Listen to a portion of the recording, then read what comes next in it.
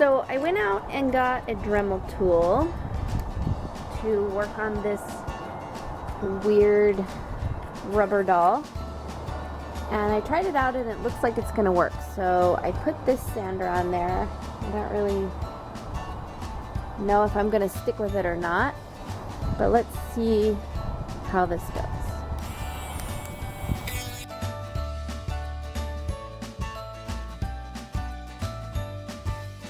It's definitely taking it off, but not really as quickly as I thought it would. Let's try on some of the paint and see how that looks.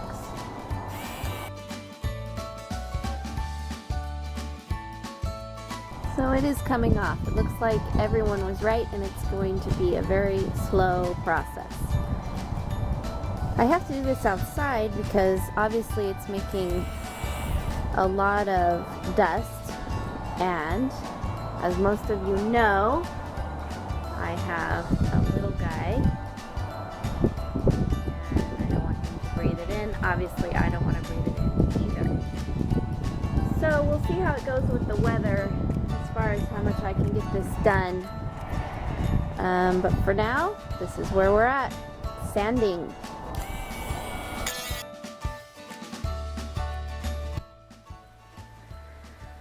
Okay, as you can see, I have pretty much sanded the entire faceplate as much as I possibly can with the Dremel tool. I couldn't really get very well into some of the small spaces like around the nose, so I decided just to do the larger spaces, and then as I carve, most likely most of that plastic will be removed anyway.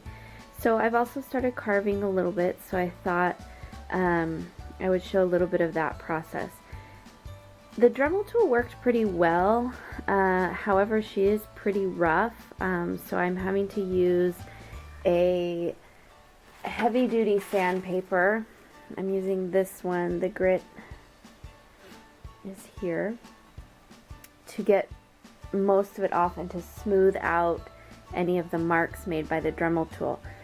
It's working pretty good. I'm using that paper and then I'm using my normal 600 sandpaper to smooth that out. She's still pretty rough, so I'm going to keep working on that, sanding and then carving as well. Since part 1 of this video, I've seen some more people working on these dolls and giving different advice. So I actually ordered a couple dolls from online from China, and I did get another one of these dolls. So I will be doing another one, and I'm probably going to try a different technique, either the acetone, which I have had mixed reviews about. Some people say it destroys the doll, some people say it works fine. As you saw in the first video, it didn't really work for me, at least the acetone I had. The other technique I've seen is using a scalpel to remove the plastic. That sounds like something I might try instead. So we'll continue working on this type of doll. I really don't like it very much, but they are pretty cute dolls. So I'm just going to show you a little bit about the tools that I use for carving. I started out with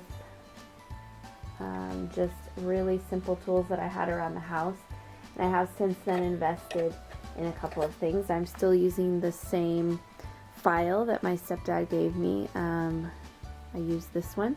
I also bought another file at a hobby store, which I really liked. It was super fine, but I actually snapped the end off on accident doing something else that I probably shouldn't have been doing with it for my Blythe dolls. But so I'm not super impressed that it wasn't very strong, but I did really like the file, so I'll probably go back and get more.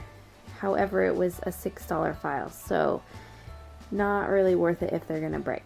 And this one still works fine for pretty much everything that I do. So I might not go get another one. I'm not sure yet. But I do have a set of Ninja carving knives. These are wood carving knives, but they work great for Blythe. These are the 4 that I use. The set comes with many. There are, let's see, about 13 knives, but these are the 4 that I use.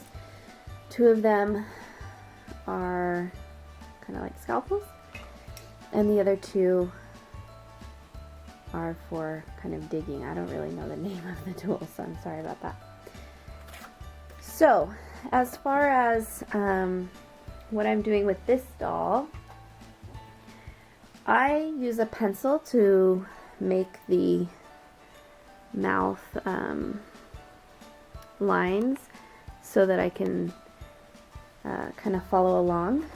And my plan for this doll is to give her kind of a little open mouth. I don't think I'm going to do teeth, but I am going to open her mouth just a little bit, kind of in like an O shape. Now, normally when I make these videos, I leave my lamp off because it's very yellow, but I'm going to turn it on right now because I can't see very well without it. So, a couple of things with these tools. They work really well for doing this part, and I've kind of learned that you want to go back this way, otherwise it's hard to sand that part smooth in there, so I do it this way.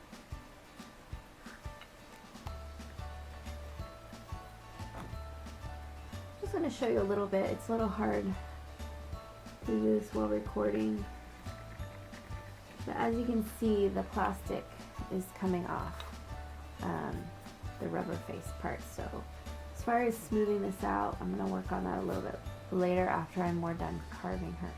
The other tool that I use is a Dremel tool. This again was not something I started out with, and a lot of customizers will tell you not to use a Dremel, and that's because you can make mistakes really quickly. But I bought the Dremel obviously for this doll, and it works for taking off the plastic.